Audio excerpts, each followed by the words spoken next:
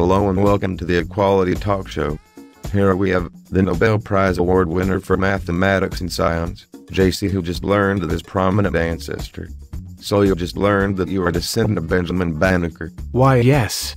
Yes, I have. Being a mathematician and all, are you surprised? No, but I also feel that my overall desire to help the downtrodden comes from my ancestor. You what? Well, you see, Benjamin Banneker was more than a world-class mathematician and astronomer.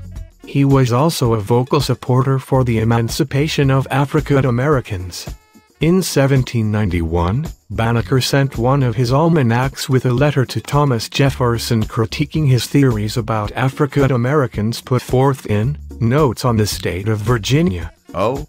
What were those? Jefferson felt that African Americans were inherently inferior to whites, and they could not achieve the same high level of sophistication that whites had achieved at the time, so slaves should not be emancipated and any free black men should leave the country. How horrid.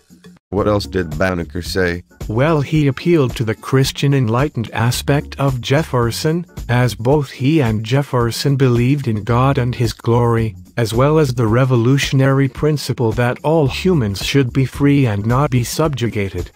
Banneker noted Jefferson's hypocrisy and even quoted the Declaration of Independence in his letter to further drive home the point that revolutionary principles of liberty apply not just to whites, but to all humans on God's green earth. Well, your ancestor clearly proved that African Americans were intelligent and deserved to be treated equally to whites.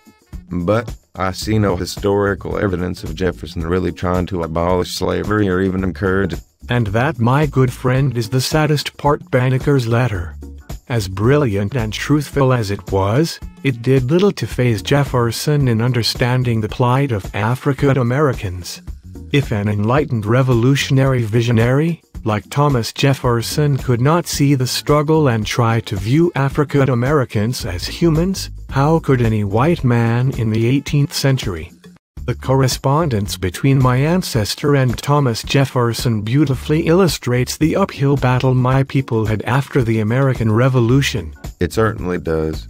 How did Jefferson react to this brilliant letter? He feigned interest in Banneker, but did little for African Americans in terms of policy, which is what matters. Even at the end of his life, Jefferson likened African Americans to children and found it far-fetched that they could take care of themselves without the assistance of whites. Well, your ancestor was a great man for trying. Yes, he was.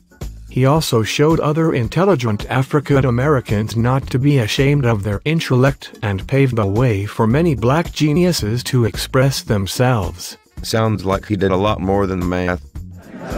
You are certainly right. Thanks for having me on the show. It was my pleasure, JC. Thanks for stopping by. This is the Equality Talk Show signing off.